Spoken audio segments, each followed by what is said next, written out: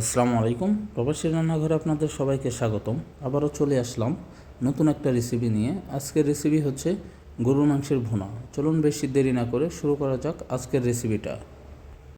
মাংসটাকে এখন সার্ভের জন্য নিয়ে নিলাম। দেখতেই পাচ্ছেন কালারটা বেশ সুন্দর হয়েছে।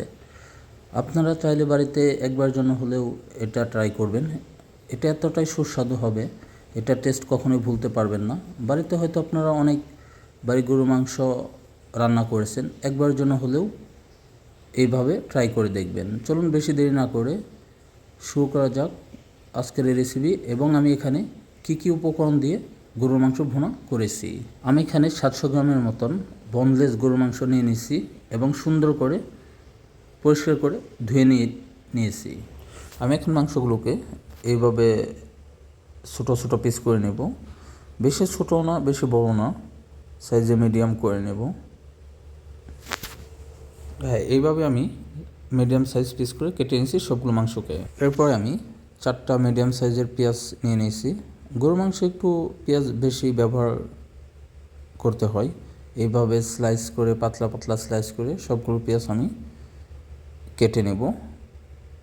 দেখতেই পাচ্ছেন, হ্যাঁ, সাবধানতার সাথে কেটে নিতে হবে। মাংসের টেস্ট বাড়ানোর জন্য এখানে আমি কিছু গরম মশলা ব্যবহার করেছি।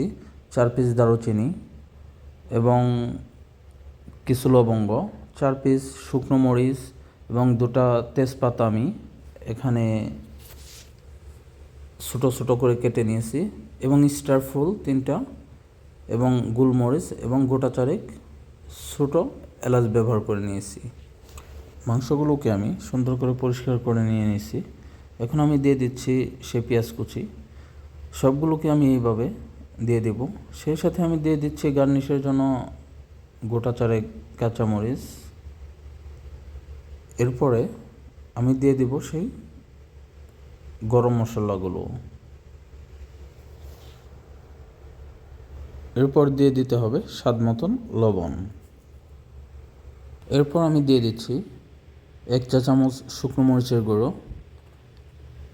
এরপর দিয়ে দিতে হবে কালারের জন্য 1/2 চা চামচ হলুদ গুঁড়ো। এরপরে দিয়ে দিচ্ছি 1.5 চা চামচ জিরে গুঁড়ো। এরপর আমি দিয়ে দিচ্ছি কারি পাউডার। এই পাউডারটা আমি বাসায় বানিয়ে নিয়েছি নিজ হাতে। এরপর দিয়ে দিচ্ছি আমি 1 চা চামচ ধনিয়া গুঁড়ো। ধনিয়া গুঁড়ো দেওয়ার পরে সর্বশেষ আমি দিয়ে দিচ্ছি মাস্টার্ড অয়েল বা সরিষার তেল। আজকের রান্নাটা আমি সরিষার তেল দিয়েই রান্না করে নেব। সবগুলো উপকরণ দেওয়া হয়ে গেলে হাত দিয়ে এইভাবে আপনাদের মিক্সড করে দিতে হবে। একটু লম্বা সময় নিয়েই মিক্সড করে দেবেন। একদম ভালো করে মিক্সড করে দিতে হবে যাতে সবগুলো মশলা মাংসের সাথে মিশে যায়। ভালো করে মিক্সড করে নিয়ে আমি একটা ঢাকা দিয়ে ঢেকে এটাকে 40 মিনিটের জন্য রেস্টে রেখে দেব। এরপর আমি গ্যাসটা অন করে দিচ্ছি। গ্যাসটা অন করে দিয়ে মিডিয়াম আঁচে আমি এইভাবেই 70 থেকে 80% কুক করে নেব। ঠিক 10 মিনিট পর ঢাকাটা আমি উঠে নিলাম এবং মিক্সড করে দিচ্ছি। দেখতেই পাচ্ছেন মাংস থেকে আমার পানি ছেড়ে দিছে। আমি কিন্তু একটু পানি ব্যবহার করিনি। আস্তে আস্তে পেঁয়াজগুলো গলে যাচ্ছে। এইভাবে আমি ধৈর্য ধরে 80 থেকে 70% কুক করে নেব। আবার ঢাকা দিয়ে ঢেকে দিচ্ছি। আবারও আমি ঢাকাটা উঠিয়ে নিচ্ছি। দেখতেই পাচ্ছেন পানিটা শুকিয়ে গেছে, পেঁয়াজগুলো গলে গেছে, কালারটাও বেশ সুন্দর চলে আসছে। আমি আবারও মিক্সড করে দিচ্ছি। এইভাবে মাঝে মাঝে আমি ঢাকাটা উঠিয়ে মিক্সড করে দিছি। আপনাদেরও মিক্সড করে দিতে হবে এবং দেখতে হবে যাতে নিচে বসে না যায়। এটা রেসিপি এতটাই সহজ বা এতটাই ইজি, একবার জন্য হলেও বাড়িতে ট্রাই করবেন। যারা নতুন রান্না করেন তাদের জন্য আরও অনেক সহজ হবে। সো অবশ্যই আপনারা প্রতিটা স্টেপ ফলো করে রান্না করবেন এবং প্রপার টেস্ট পাওয়ার জন্য। কালারটাও বেশ সুন্দর চলে আসছে, দেখতে অনেক সুস্বাদু মনে হচ্ছে। মাংসটা আমার 70 থেকে 80% কুক করা হয়ে গেছে, দেখতেই পাচ্ছেন। এখন পরিমাণ মতন দিয়ে দিচ্ছি পানি।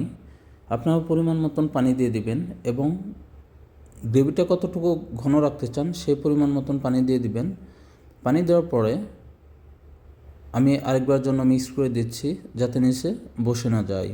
হ্যাঁ, এ সময় আপনাদের গ্যাসের ভলিউমটা অবশ্যই হাই করে এটাকে 25 থেকে 30 মিনিট কুক করে নিতে হবে।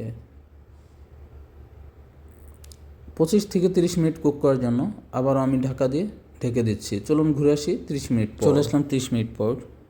মাংসটা আমার 100% কুক করা হয়ে গেছে। দেখতেই পাচ্ছেন গ্রেভিটাও বেশ ঘন হয়ে আসছে। আপনারা পরিমাণ মতন পানি দিয়ে দিবেন এবং গ্রেভিটা যতটা ঘন রাখতে চান। আমি এটাকে এখন সার্ভ করে নিয়েছি। দেখতেই পাচ্ছেন কালারটাও বেশ সুন্দর চলে আসছে এবং দেখতে অনেক সুস্বাদু এবং টেস্টি মনে হচ্ছে। তো নতুন নতুন ভিডিও পেতে চ্যানেলটি অবশ্যই সাবস্ক্রাইব করবেন, লাইক কমেন্ট শেয়ার করে অন্যজনকে দেখার সুযোগ করে দেবেন। আবারও দেখা হবে নতুন কোনো ভিডিও নিয়ে, নতুন কোনো রেসিপি নিয়ে প্রবাসীর রান্নাঘর থেকে। ভালো থাকবেন, সুস্থ থাকবেন এবং প্রবাসীর রান্নাঘরের সাথে থাকবেন। দেখা হবে নেক্সট কোনো ভিডিওতে।